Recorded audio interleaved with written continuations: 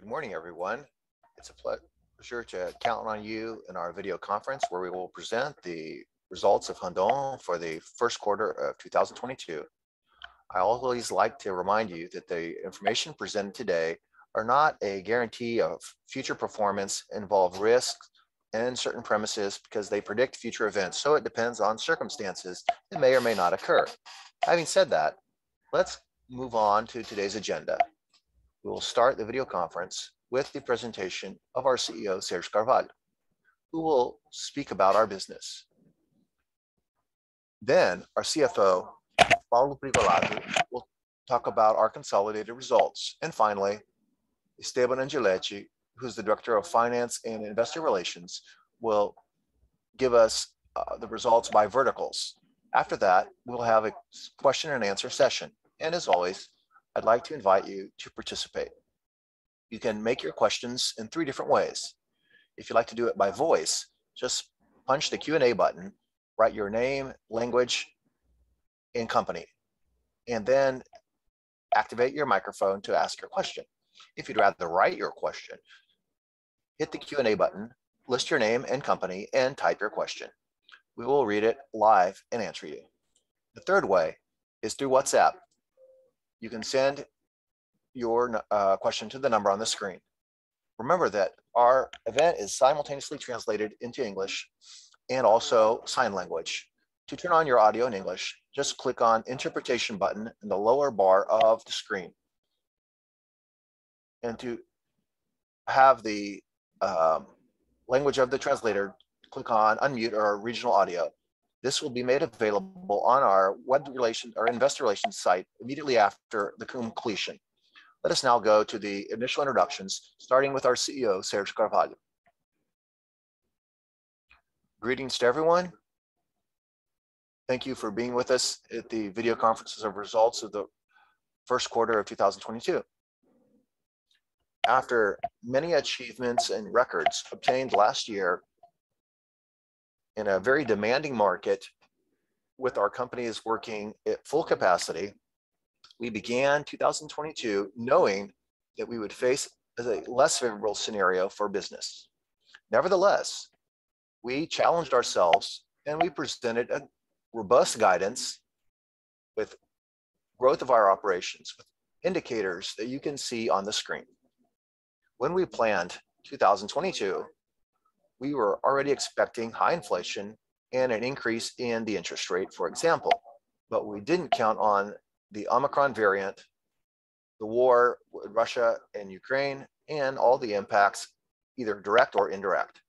Nevertheless, I'd also like to highlight that even in the midst of this more challenging scenario, we had a great first quarter in our companies.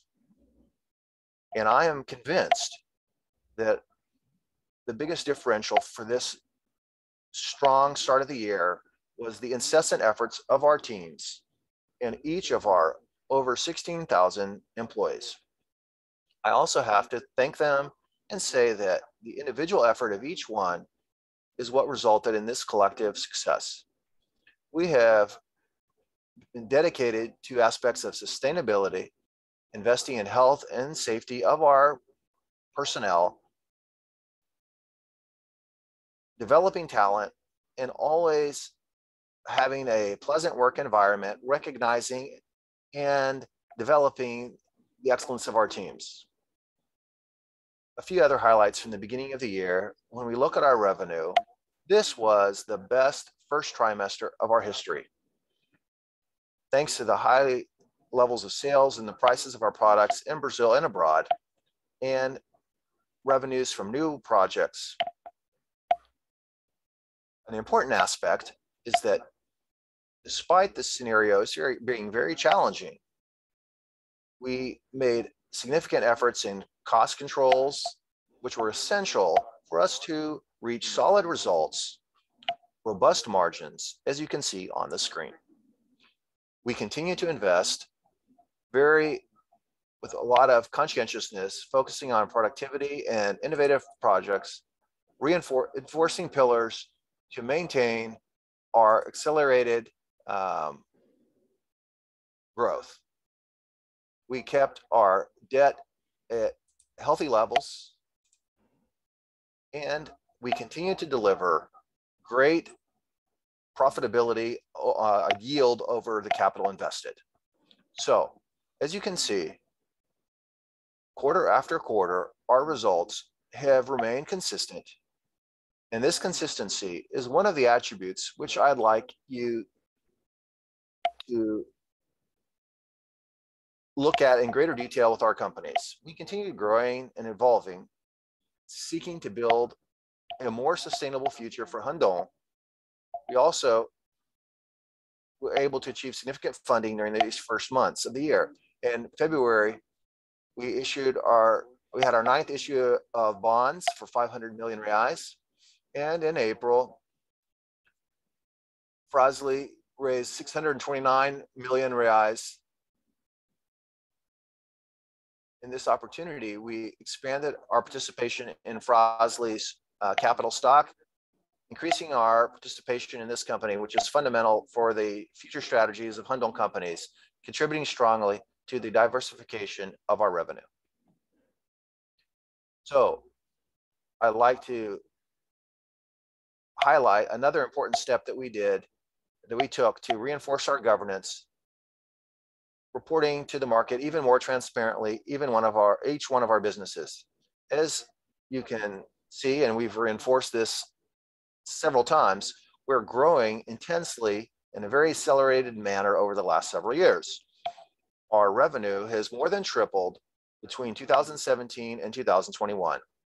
And we are on a path to deliver another year of growth. Just to give you an idea, based on the numbers of 2021, we have 3 companies that had more than 2 billion in revenue each. And even our service and technology company, which despite being smaller, already show great future potential. Therefore, we decided to update the way in which we present our results into 3 divisions that you were already familiar with, which are on the screen. We now have 5 vertices. The trailers vertice, which focuses on our implements and its subsidiaries, focusing on the manufacturing of trailers and parts related to this. We have auto parts and commercial vehicles, which have Suspensys, Master, Uosti, and all of its subsidiaries focused on these parts for the vehicle and agricultural machine markets. We also have motion control commercial and light vehicles vertice. This is represented by Fras-le and its subsidiaries.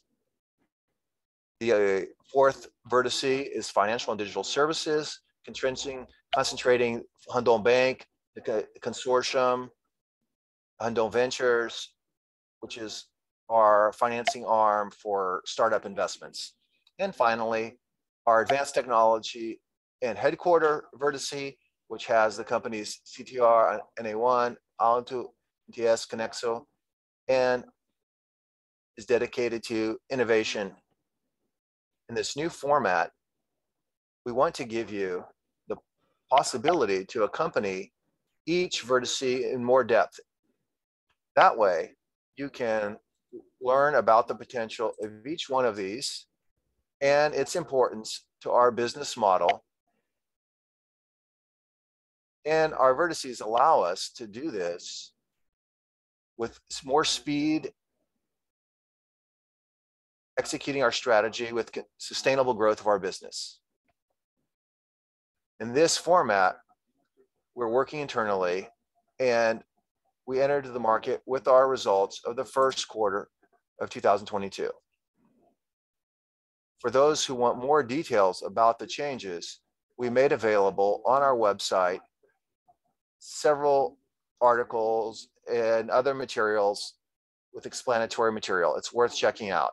And finally, I'd like to reinforce that 2022 will be a year of several new launches, new projects, and lots of innovation. There's lots of good things coming soon. We know that we have several challenges, as we do every year, but it's in adversity that we find a way to overcome.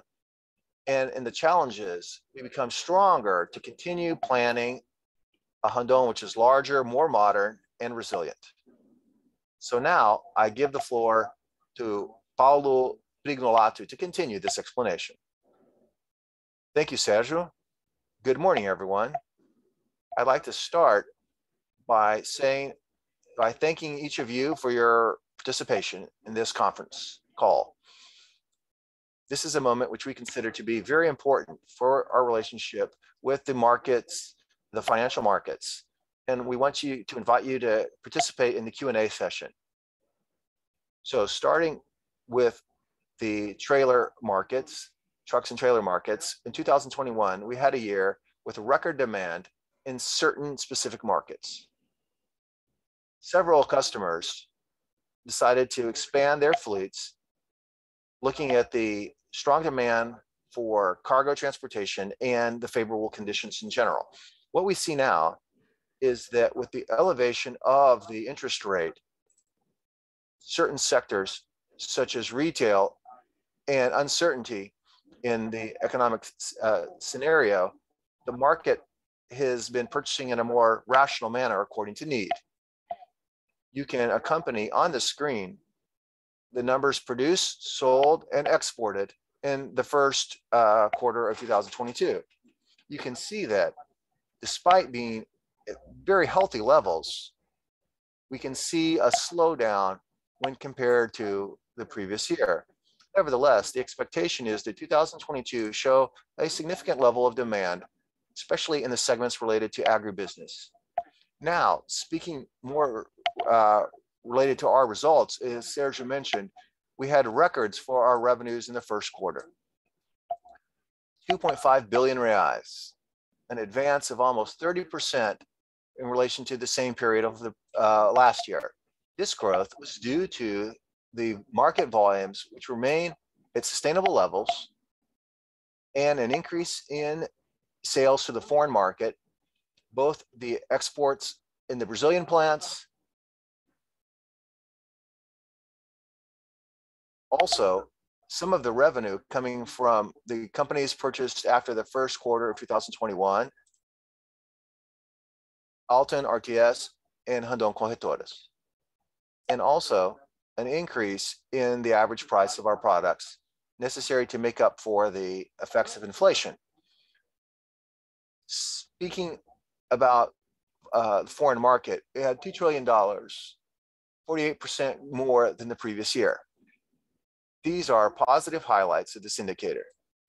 The strong demand for replacement parts in the heavy duty line, as well as agribusiness, which continue to drive the markets in South America, despite the breakage in the harvest at the beginning of the year, recovery in inventories of distributors, and winning over new customers and supply contracts.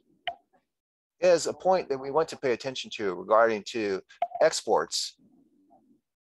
We have an increase in logistic costs, inflationary pressures, and the exchange rate variance, which can affect the competitiveness of our exports. Looking at consolidated EBITDA, we had 401 million reais with a margin of 16.2% in the first quarter of 2022. This is the best EBITDA margin since the first quarter of last year. This was only possible due to the excellent management in supplies, which mitigated a lot of the effects of the inputs, the good volume sold, the high levels of volume sold, and the recomposition of certain prices. We know that there will be several challenges to maintain our profitability throughout the year, but we're working on various fronts so that our margins can remain in good levels in the next quarters. As for the net profit, we had 130 million in the first quarter with a net margin of 5.3%. Here, I'd like to remind you that we had several non-recurrent expenses throughout 2021 that ended up impacting the comparison with our indicator, a fact which did not occur in the first quarter of this year. Looking at the analysis of the net result for the quarter, which I've already mentioned some points regarding, but for this specific one, I'd like to complement by talking about the financial result, which was impacted significantly with the increase in the Selic interest rate and the exchange rate variance. Despite all the challenges which I mentioned regarding the results, we were still able to deliver a great quarter thanks to our diversified business model. This was a major difference maker because it brings resilience to our operations. I'd like to share some information that highlight this model. In this graph here on the screen, you can see the origin of our business by business vertice. We have three industrial ones: the trailers, auto parts, and movement and control, commercial vehicles, electrical vehicles. Each one of them has significant relevance in our revenue and present distinct characteristics that complement our others. Opening up net revenue by product, we see good distribution between our auto parts that meet the needs of different markets, whether it be OEM or replacement, both in Brazil and abroad. However, the most relevant product group are the semi-trailers, with 31% of the total. It's important to note that within this segment, we have significant diversification because this is connected to various sectors of the economy, but especially agribusiness, as well as the export market, where it is present in various countries. Speaking of geography, the graph on the side, we can see that almost half of the revenue of the foreign market comes from Mercosur and Chile, regions related to mineral and agricultural commodities, which have performed well. Another significant region is the United States, Mexico, and Canada, with 25.7%. A relevant and significant destination for the vertices of control, movement, and auto parts. When we look at revenue by segment, they are exposed to the OEM markets, replacements, exports, and services. In this quarter, 58% started with trailers for trucks and buses, agricultural machines that serve various economic segments. In Esteban's presentation, he will go into more detail regarding our businesses. Now going to the financial highlights, I start talking about our net debt. At the end of March, net debt, without including the Randon Bank, was 2.1 billion reais, with a leverage of 1.58 times EBITDA of the last 12 months.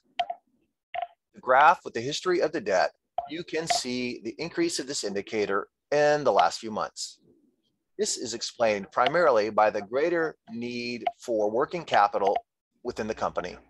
In this graph, as a cause of NCG, we see that we saw an increase due to the inventory and client accounts.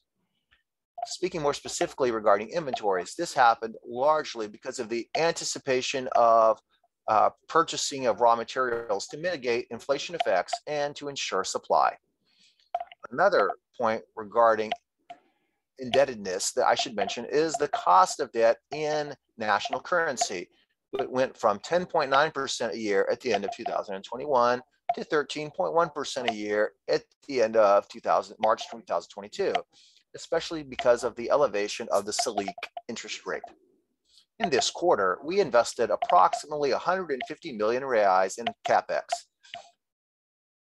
paid in capital and residual payments for acquisitions made in 2021.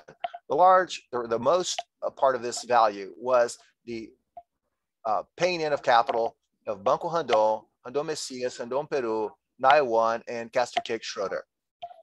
Regarding the capital markets, our preferred shares RAP4 was quoted at 10.68 at the end of March 2022.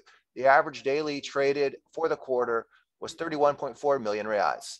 And our shareholder base was made up of 40,391 shareholders. And you can see on the screen the profile of that base. I'd like to finalize my speech here and give the floor to Stable. Thank you, Paulo. Good morning, everyone, and thank you once again for participating in a Randon video conference. As Sergio mentioned earlier, as of this quarter, we started reporting our results in 5 business vertices. I want to start with the trailer vertice, which was responsible for 35% of the net revenue of the company, for a total of almost 1 billion reais for the quarter. I'd like to highlight the following points. A reduction of volume in the internal market, but a 34% growth to sales abroad when compared to the first quarter of 2021.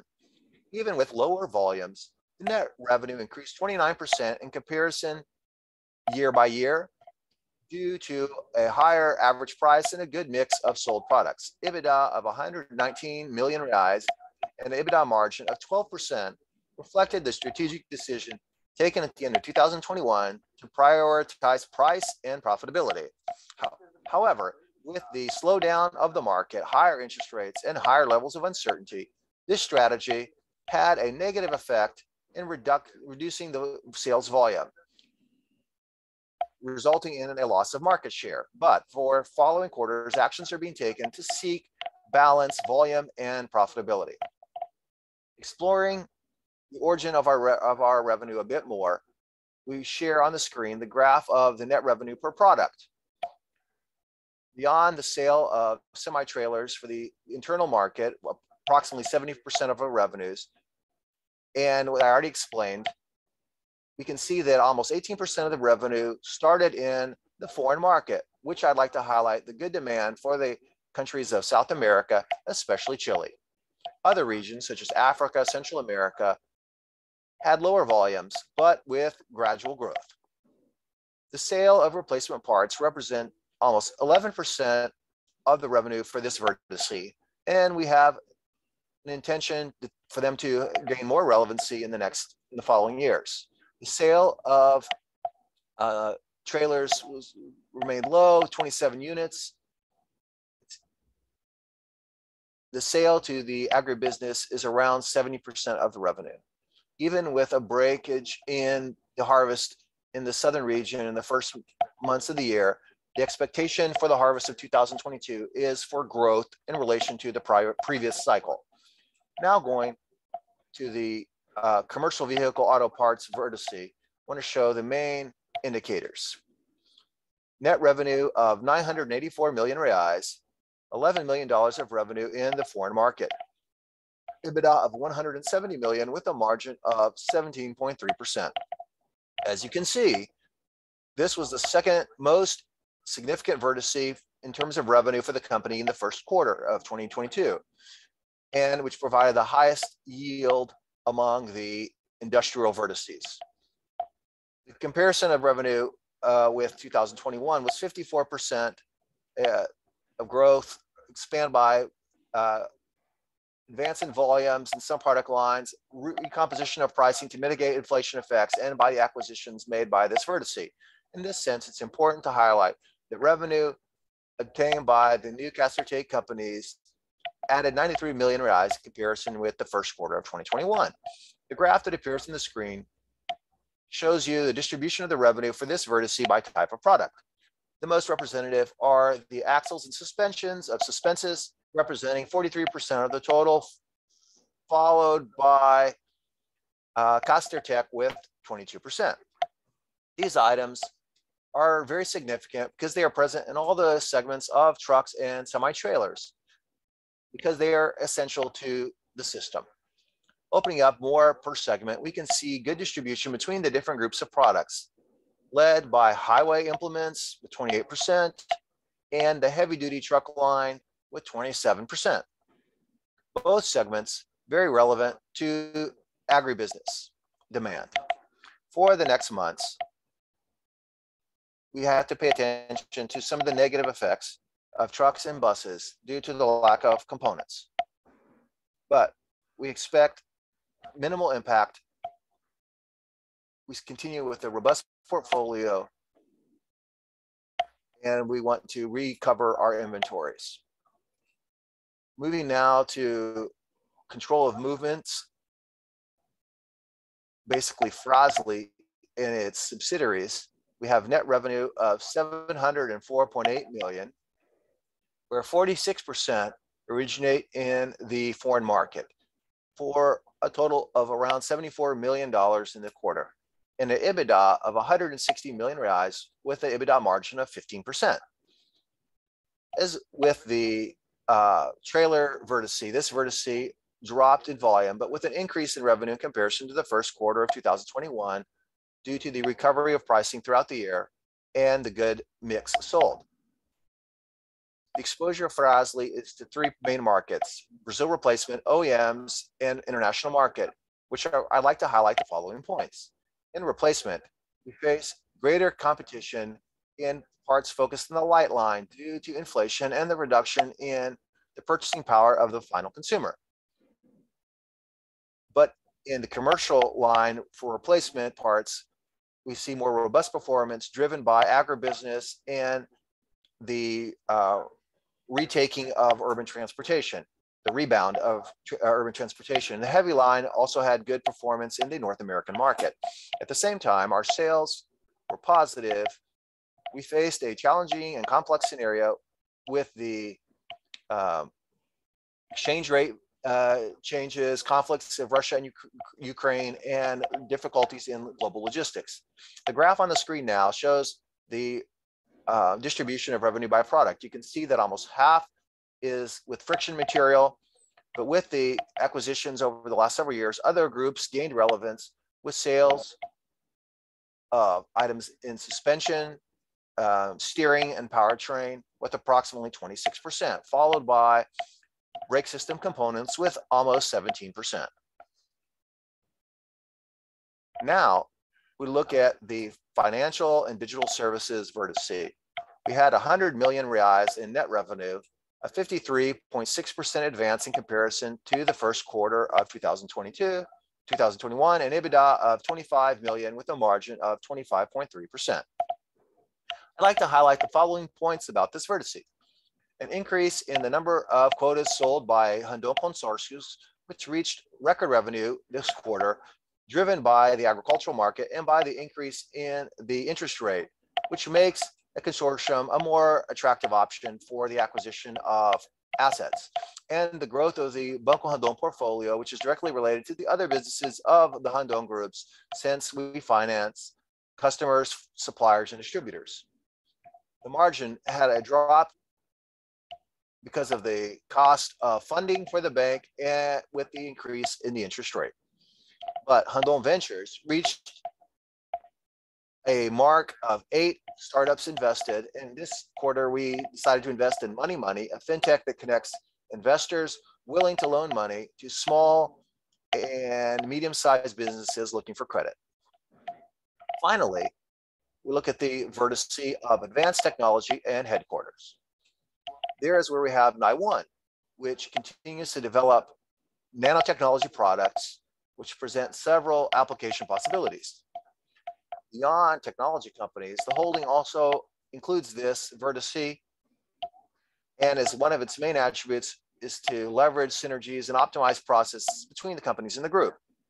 In this vertice, we record net revenue of 32 million reais with an EBITDA of 145 million reais due to the equity equivalency of the holding with 149 million reais, which is the result of the corporate shares of the corporate center in the vertices. These numbers are eliminated in the consolidated because it's intercompany. I'd like to thank you for your participation, and I'd like to give the floor to David to begin our question and answer session.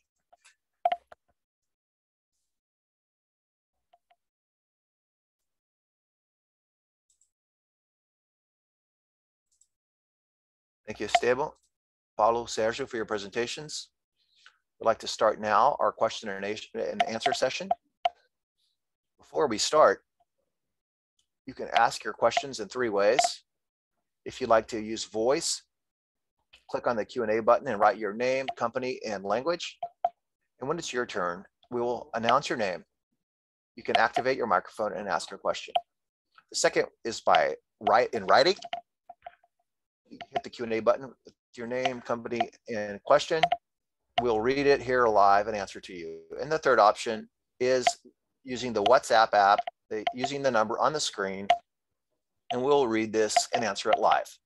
We'd like to start with a voice question by Lucas Marchioli of BTG Pactual Bank. Thank you, Lucas, for your participation. Feel free to ask your question. Thank you, everyone. Yes, we can hear you. 2 questions on my side regarding topics. First of all, you mentioned the projection for truck production throughout the year and some of the impacts and the logistical bottlenecks. I'd like to know how you're doing today in terms of production for trucks and implements and the industry as a whole for 2022. What have you heard in your conversation with customers, both trucks and implements? And the second topic, we were surprised by the margins reported this quarter.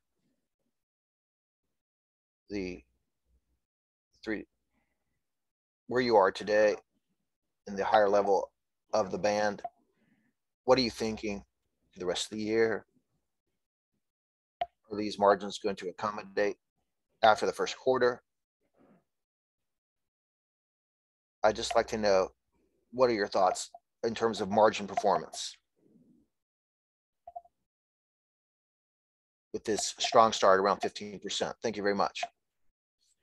Nice, Lucas. Thank you for participating in our conference of results. I'd like to share this with Sergio, but when it comes to the forecast for semi-trailers for the year, Sergio can add more. But first of all, Lucas, we have to remember that we left a historical record year, 2021, with over 90,000 semi-trailers in the internal market and several in the foreign market. So it's natural that there would be some reduction in demand. And the major associations say, in terms of semi-trailers at least, a reduction in 10 to 15%. It's hard for us to repeat the levels of 2021, especially considering the conditions which we experience today with a high increase in the interest rate and the cost of financing and lower performance in retail and consumer goods, which often demands our semi-trailer products. Sergio, feel free to expand your opinion. Lucas, thank you for your questions.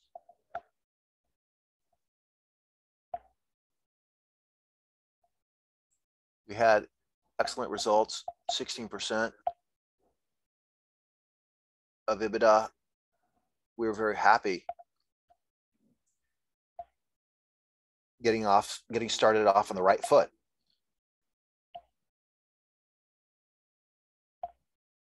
When it comes to the segment of semi-trailers, we start the year in a way that's not so strong as 2021. There was a change in the amount of units. I'm talking about the market as a whole.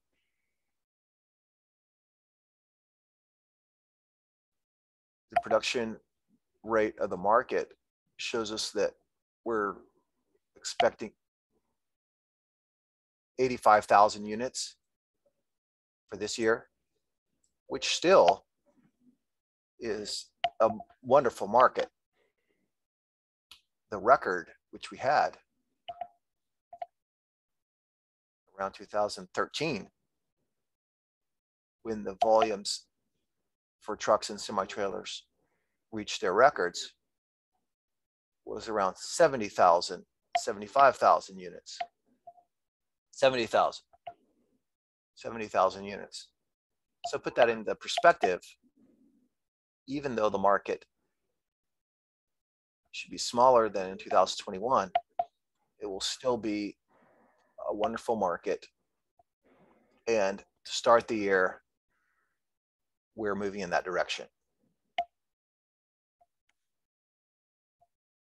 Agribusiness, as explained by Paulo and Steven, continues to be very strong and consumes lots of products in terms of semi-trailers and trucks in such a way that we believe that we will have a robust year.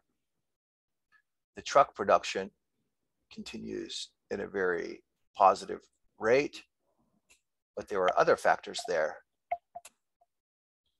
Availability of microprocessors,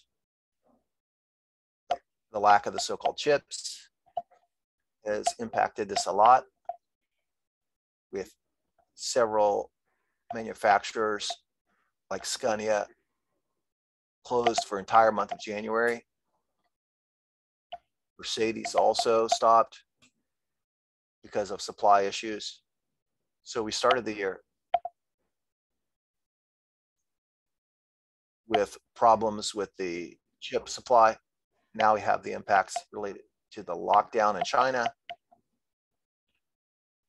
as well as the direct impact and indirect impact from the war in Ukraine.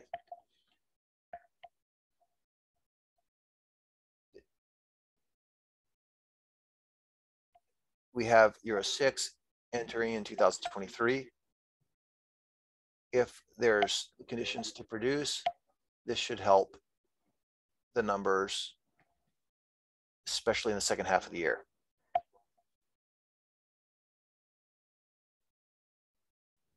The parts market already reduced its predictions for 2022. We're looking at 155,000 for this year, which are good numbers. I think it's in both segments, the numbers are robust, but they won't be as expressive as the 2021. Thank you, Sergio. Lucas, and in relation to your question about margins, as Sergio mentioned, it's a great margin, but we know about the challenges throughout the year. We're going to continue to fight to deliver the upper side of the range, the upper range of our estimate. But the challenge will be constant, both regarding price and costs and cost management.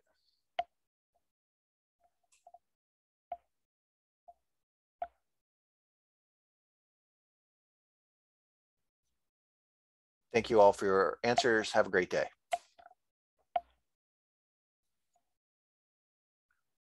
Our next question is from Renata Cabral, Sichi. Thank you, Renata, for your participation. You can open up your microphone and ask a question.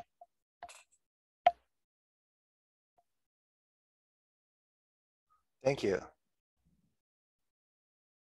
Thank you all for accepting my question. I have two, actually. First is about the trailer vertice. We saw an EBITDA margin that was very strong and a quantity that a little bit smaller. I'd like to understand what is your position for the next few quarters regarding this balance between margin and volume. I'd like to know what you're thinking, and also regarding the auto parts for commercial vehicles had very strong margin. I'd like to know what you think regarding the continuity of that margin throughout the year, strong demand regarding the OEMs, and a favorable scenario to sustain prices. Thank you, Renata, for the question. I want to get started here, and then Sergio, feel free to add. I know you have some information here as well. Regarding the assembly of these highway implements, we saw lower volumes. This is reflected in the market share for the quarter. On the other hand, we were able to have better margins regarding what we expected. So this was a decision we made on purpose. This was something that the company chose to do in 2021. And we need to remember that for several years, we added lots of technology and automation to improve the efficiencies of our operation. I think this ends up affecting the assembly or the trailer margin. In terms of commercial vehicle parts, there are several factors. It's not just one factor that contributed to the positive results that we saw. It's a combination of positive factors, which we've been working on since 2016 at least. One of them, for example, is an increase in scale Casipec with the acquisition of companies and assets last year, as we mentioned in the video, with additional revenue for the quarter, and ends up diluting costs and improving the performance. Another factor, as Sergio mentioned, is the demand of trailers to remain heated up. This helps us maintain efficiency at our factory. And finally, a continual investment in automation is where we have a product that's more in series, which allows us to include more automation. And since the purchase of the robots, which we made, and the foundation of RTS, we were able to advance very quickly using automation as a way to help our margins. Sergio, please, if you can add, I'd like to, I appreciate it. Thank you, Esteban. Thank you, Renata, for the questions. I'd like to add a few points regarding trailers and semi-trailers. Within the Randon companies, we value all aspects related to our partners. We had a start of the year that was a bit more complex. We had predicted certain situations, such as inflation, difficulties in supplies, but of course, we didn't plan for Omicron or for the war in the Ukraine. We mentioned about how we value people. For each employee that had a positive diagnosis, we set aside everyone who had contact with them to fulfill the various protocols and tests, and only then returning to work. So we had certain moments, especially in January, we only had 20% of our work staff, of our labor force. So this had an impact on our production. But we did this on purpose because we value the health of our employees. And we've also experienced smaller volumes in the first quarter because of an atypical phenomena with this highly unstable situation we've seen in terms of supply, especially in the production of trucks. We're a premium brand. We have a premium price in the market. We're considered the best product. And so customers that buy the best product like to buy Scania, which is considered a premium producer of trucks. And they spent all of January without producing because of supply issues, especially because of semiconductors. There is another element that's impacting this that doesn't make a lot of sense. It doesn't make a lot of sense for someone to buy a whole bunch of new trailers, semi-trailers, that will stay parked because they don't have the engine to pull it. I hope that I was clear. Thank you. Thank you very much. Have a great day.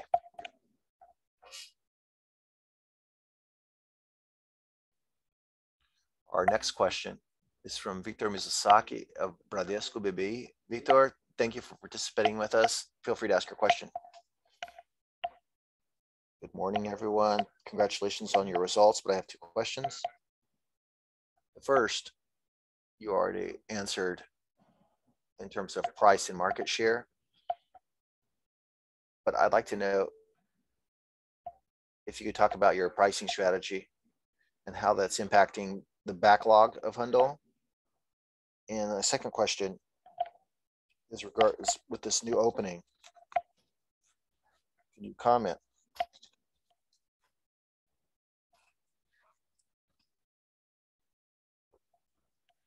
This 330, 340 million for 2022. How can we expect this capital allocation?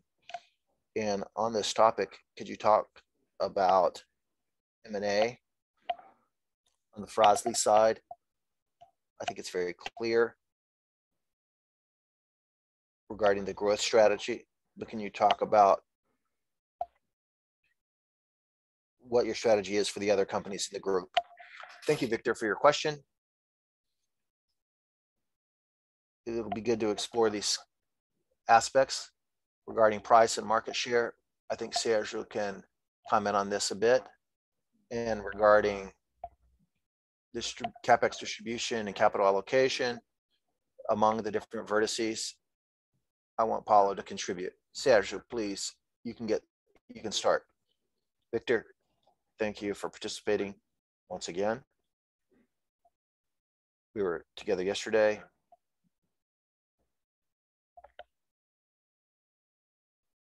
Our situation is a bit more stable. What do I mean by that? Last year, we experienced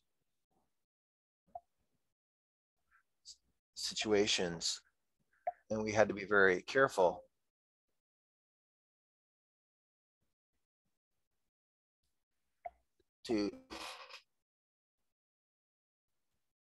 because we didn't know the product cost. We could have sold much more at the end of the third quarter, thinking about the beginning of 2022, but we opted to be more cautious because we didn't know how much steel would continue to increase and if we'd reach more stable levels or not. Now, 4.5 months have gone by. We have raw material inflation, but we have a higher confidence level, which allows us to provide quotes for months ahead with more authority. I'm not going to say it's a more aggressive posture, but we're returning more to our more traditional position, going away from that more defensive position. And so we believe that we'll be able to have sharper competition, and this should impact our margins.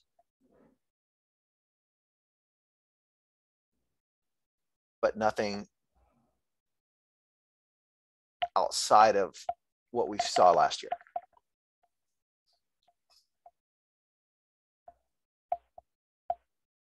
Thank you, Sergio.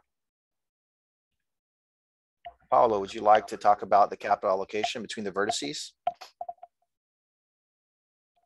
Good morning, everyone. Thank you for your participation and question. Talking first of all about organic, the guidance which we had is regarding investments that are organic. We stipulated there around 240 to 270 million reais. We have a way of allocating capital in organic investments that are very related to cash generation in each of the companies. So on average, this works both in the point of view of the divisions as well in the consolidated, with a percentage always around 25% of EBITDA generation. And obviously, these organic investments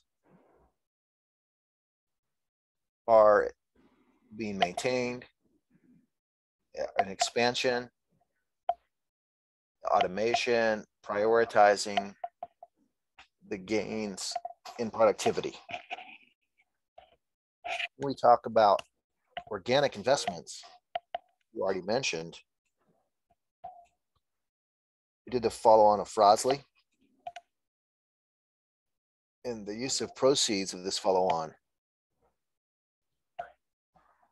is mostly for M&A operations. And our operations and our objective is to focus on these operations, increasing our revenue share abroad. And this intention to increase our portion in abroad, this should not occur only at Frosley. We plan to increase this in the other vertices and grow abroad as well. These are objectives that we're working on, and we will report these in the future to the market. Just to provide some follow-up regarding this question, regarding the trailer line, given the size of the investment and acquisition, would it be possible to finance the balance of Randon, or would it be necessary to find other means of financing? We always analyze our leverage in a consolidated way. We like to always be around 1x EBITDA, and we might reach as much as 2x EBITDA during certain projects. But actually, Victor, at Randon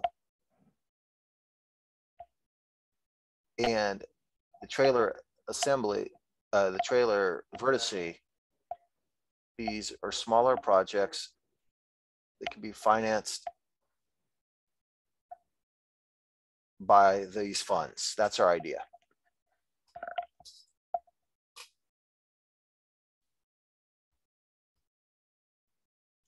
Before we go to our next voice question, we received a written question by Georgie of Morgan Stanley, asking about the market for highway implements. I think we've already answered that, but if you have any further questions, let us know. And now by voice, I give the floor to Fernanda of XP. Fernanda, thank you for participating. Please ask your question. Hi, everyone. Good morning. Congratulations on your result, and thank you for taking our question.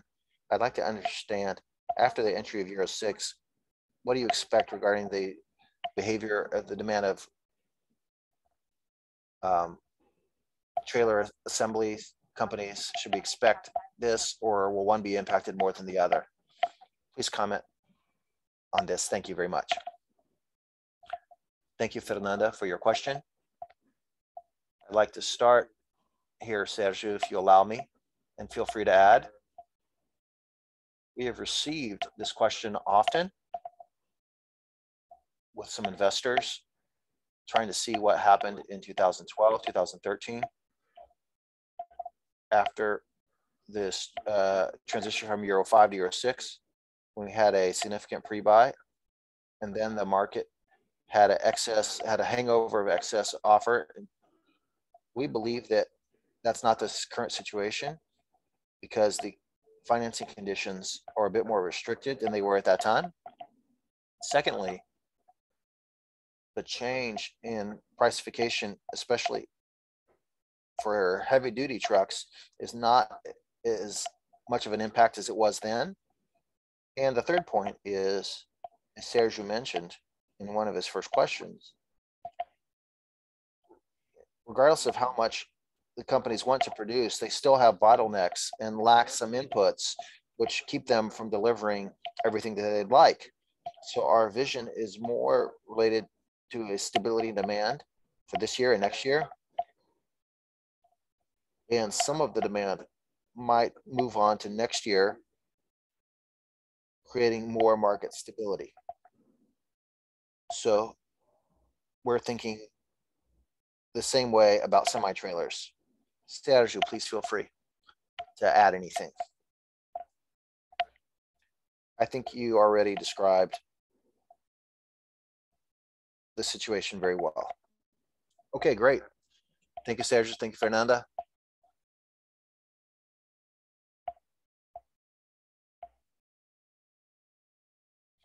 Our next question is by voice, comes from Anderson Menezes of Dalton Research. Anderson, thanks once again for participating in our conference. Please feel free to ask your question. Good afternoon. Can you hear me? Yes, we can, Anderson. Sergio de Paulo, I have two questions. First is about market share. I know you've already talked about that a bit. What caught our attention is the third consecutive quarter of drop in market share. Correct me if I'm wrong, but regarding this loss of market share, was this due to passing on pricing and this positive margin that you delivered? I'd like to know your perception regarding your competitors. Did you see that they also passed on prices in this division of the trailers? Or were they waiting to price on their prices? That's my first question. The second question is about cash flow. We saw about 60 million negative. This is due to the need for working capital, which you explained, because of the inventory, which you anticipated in purchasing. I just like to have an idea about this anticipation of raw materials to protect yourself in this scenario. How large was this? Was this for 1, 2, 3 quarters? What impact could this have on the future quarters? Thank you. Congratulations on your results. Thank you, Anderson. It's a result that we're celebrating here in a very complex scenario. There's no planning that's going to anticipate all this. But regarding market share, I'm going to send this to Sergio. He and Paulo can maybe answer about cash flow as well. You're correct. We dropped market share for the third consecutive quarter. And perhaps my colleague can share about competition. Thank you for your question. In fact, in 2021, there were large volumes. We reached 93,000, and all this growth happened. And this led to several bottlenecks in our production. So beyond the price factor, we worked as a leading company.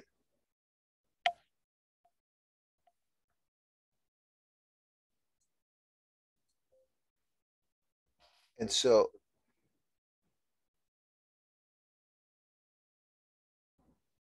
we hope that other companies will accompany this, but especially the issue of capacity, not just capacity, due to the review of our assembly division, but also all the suppliers We could have produced more. We could have sold more if we didn't have these restrictions. The third point is what I mentioned before. We opted to have a bit more confidence in terms of margins, placing products in a shorter supply and not opening our portfolio for future months because we did not know the margins which these products would be sold months later. Not everyone did that. This translates into the results. But we started the year in a different reality with some unheralded happenings. We expanded our production capacity. We resolved several of our bottlenecks. And this is more under control. I mentioned the pandemic, Omicron, the rigidity in terms of protecting the health of our employees. We had 20% absenteeism in January and parts of February. This absenteeism impacted the results, but we are undergoing a phenomenon which is a bit different than what we've seen in the previous years. So when you talk about market share is determined by the amount of new licenses. We sold much more than what the numbers show because there are many customers who bought the product, paid for the product, but they didn't license it.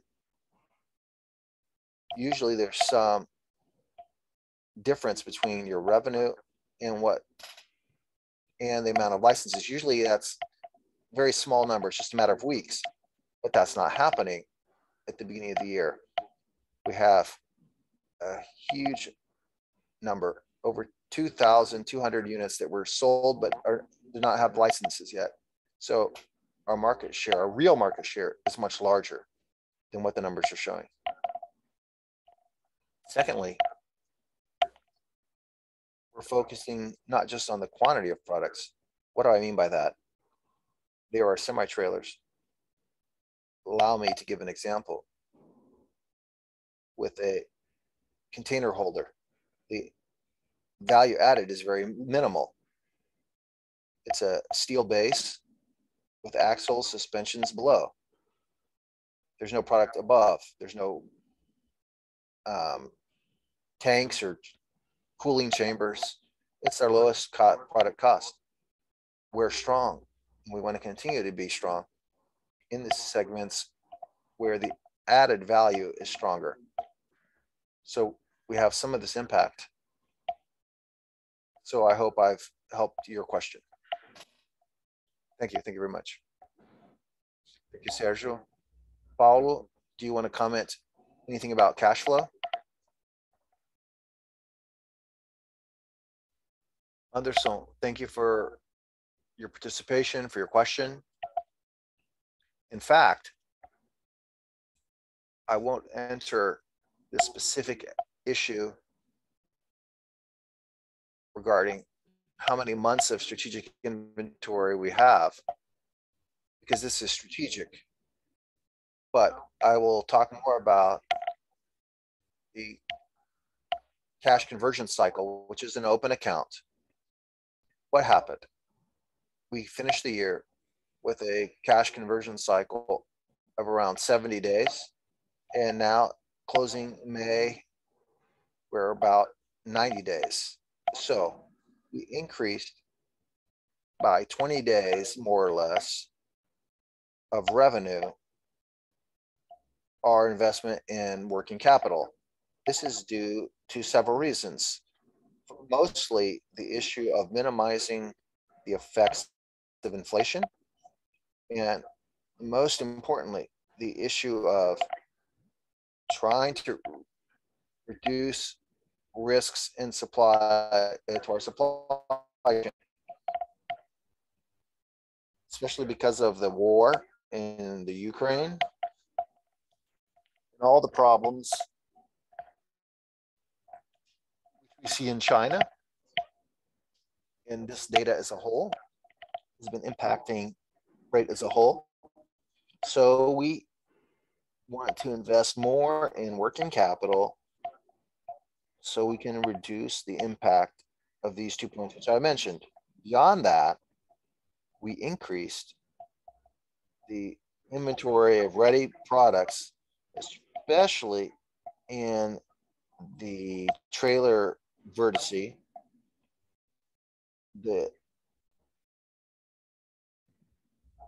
The original equipment manufacturers are taking a long time to deliver the trucks, so this makes it harder. But we're working with several aspects, and we expect there to be stabilization for this need for working capital over the next few quarters. Thank you. Congratulations. Next question comes from Marcelo Algi of Cardinal Partners. Marcelo, thank you very much. Can you activate your microphone?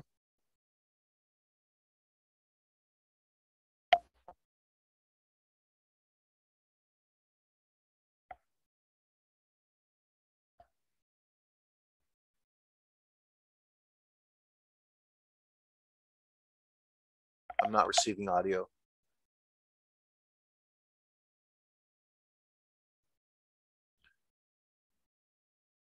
While we wait for Marcelo to reconnect, I'm going to move on to the next one. Jonathan Costas of JP Morgan. Jonathan, thank you for participating with us. Feel free to open your microphone and ask a question.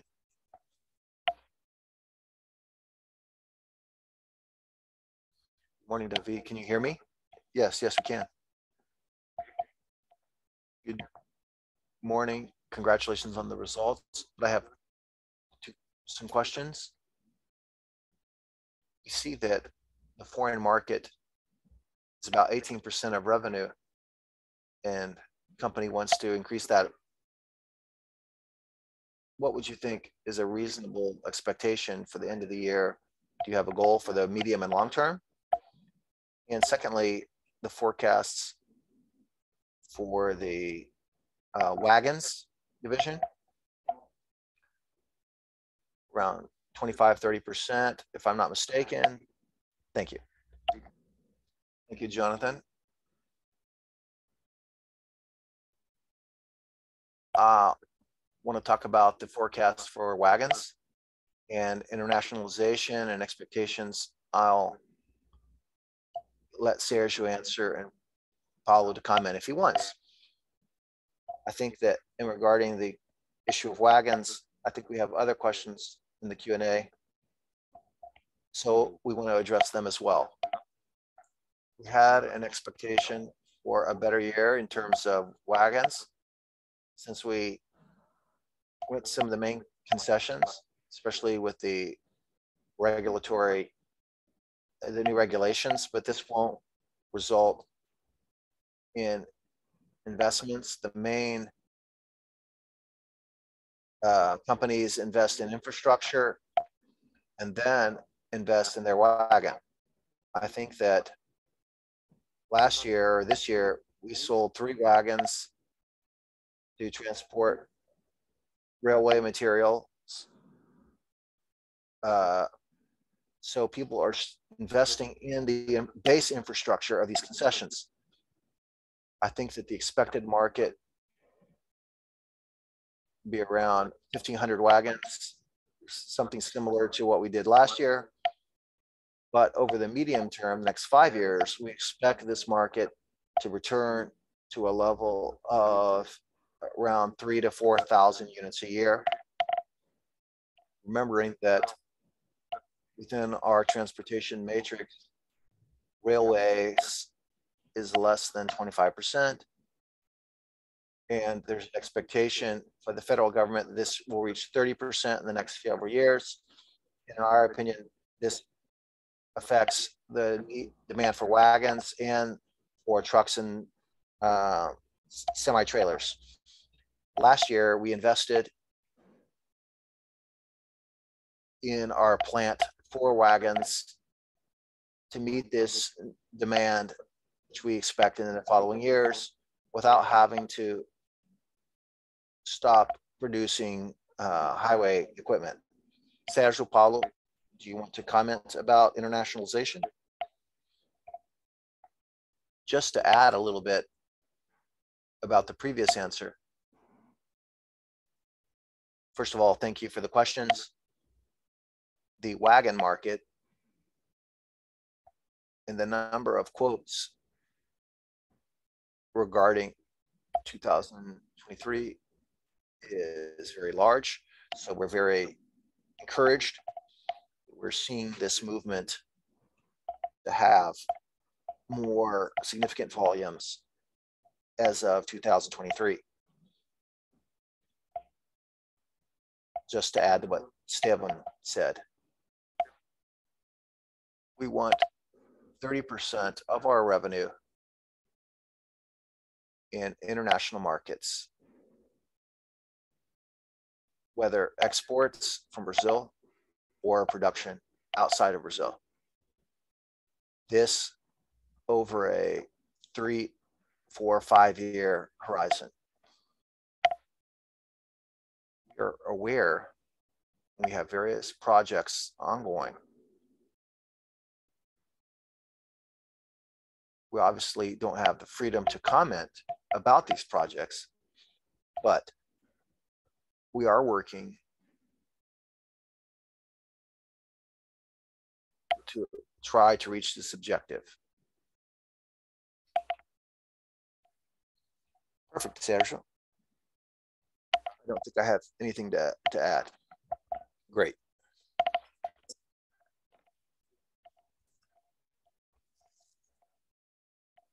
Thank you. Have a good afternoon. We're going to try to connect Marcelo here. Marcelo, let's see if we can unblock your microphone and ask your question.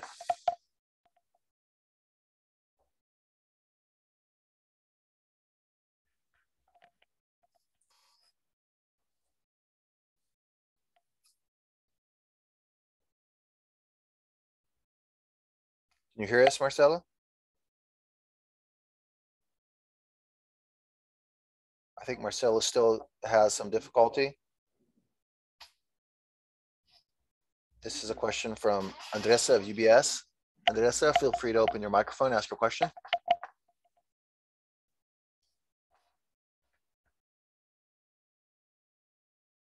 Hi, Davi, can you hear me?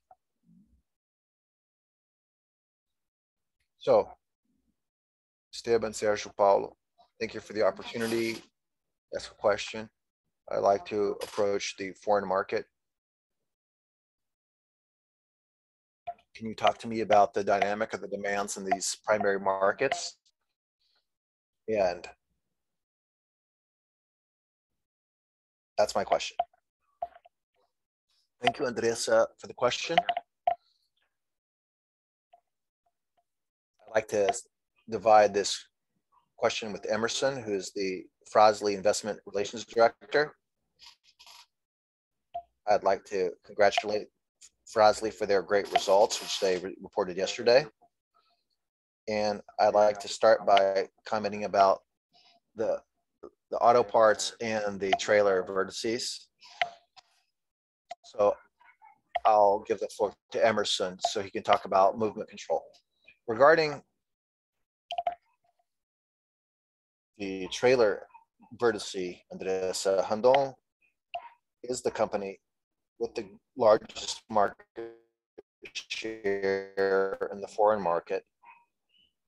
We reached up to 80% of the foreign market share in terms of exports. And this is because many of the premises which we see in the internal market also were confirmed externally, especially regarding countries in Latin America, where we have similar characteristics to Brazil in terms of depending on commodities and relevance of agribusiness, which ends up having a complementarity very similar to our product. The expectation is that We see these products maintaining their premises with strong volumes in the foreign market. In the auto parts and commercial vehicles, we have sought greater internationalization, whether due to our operations abroad, such as Suspensis in Mexico, or through opening new customers abroad, such as Master has done in the last 2 years. Especially, we comment that the pandemic helped us open some doors, and our competency and quality of our products have kept these doors open. This is been confirmed this year. We saw increase in volume for parts for brakes in the American market for Master. Emerson, I want to invite you to share some about the movement for the control vertice. Thank you, Andressa, for your question. I want to talk a bit about the Fras-le and its subsidiaries. We're going through a very special moment when it comes to exports, very concentrated in mature markets, but also markets in South America and geographic exposure in Europe and in Asia. And we've seen very strong demand. This is related to several aspects, some related to supply problems in Asia and China specifically, which provides us business opportunities, and especially two of our lines in the friction sector, components for heavy duty vehicles. We have an important customer in North America, which is Mediter, and their volumes have grown very, very significantly year after year, and this year with absolute records. Also, demand in South America in these product lines. And the second line is brake discs. We do this through Fritmax, our subsidiary, and we have been able to position the company well. And the only limit we have is our production capacity, which is close to full capacity. We have invested reoccurringly in capacity, and we always said that if we had two Fritmax, if we had double capacity, we could sell all of it. I also think it's worth noting that we are introducing Nakata lines, an acquisition we made at the end of 2020. We had shock absorber line in Colombia and other suspension lines. This will provide for us space to grow in the foreign market. So we continue with very positive outlooks for exports, which should be significant for our future results for Fras-le and Randon. Thank you, Emerson, for sharing this with us. I hope I've answered your question, Andressa. Thank you. Thank you very much. Folks, we are going to close our question and answers now. We'd like to thank you all for participating. We hope that we've answered the questions here. But if you still have any questions, we are available to answer them after our video conference. I will now give the floor to Sergio to give the final remarks. Thank you, David. I'd like to thank everyone for their participation. All of this is an important dynamic. If you have any questions, you know all the channels that you can contact David, Esteban, Emerson, and our entire team. So feel free to access us. We can add any other information that might be necessary. Thanks once again. Have a good afternoon, and see you at the next event. Have a great afternoon. Good afternoon.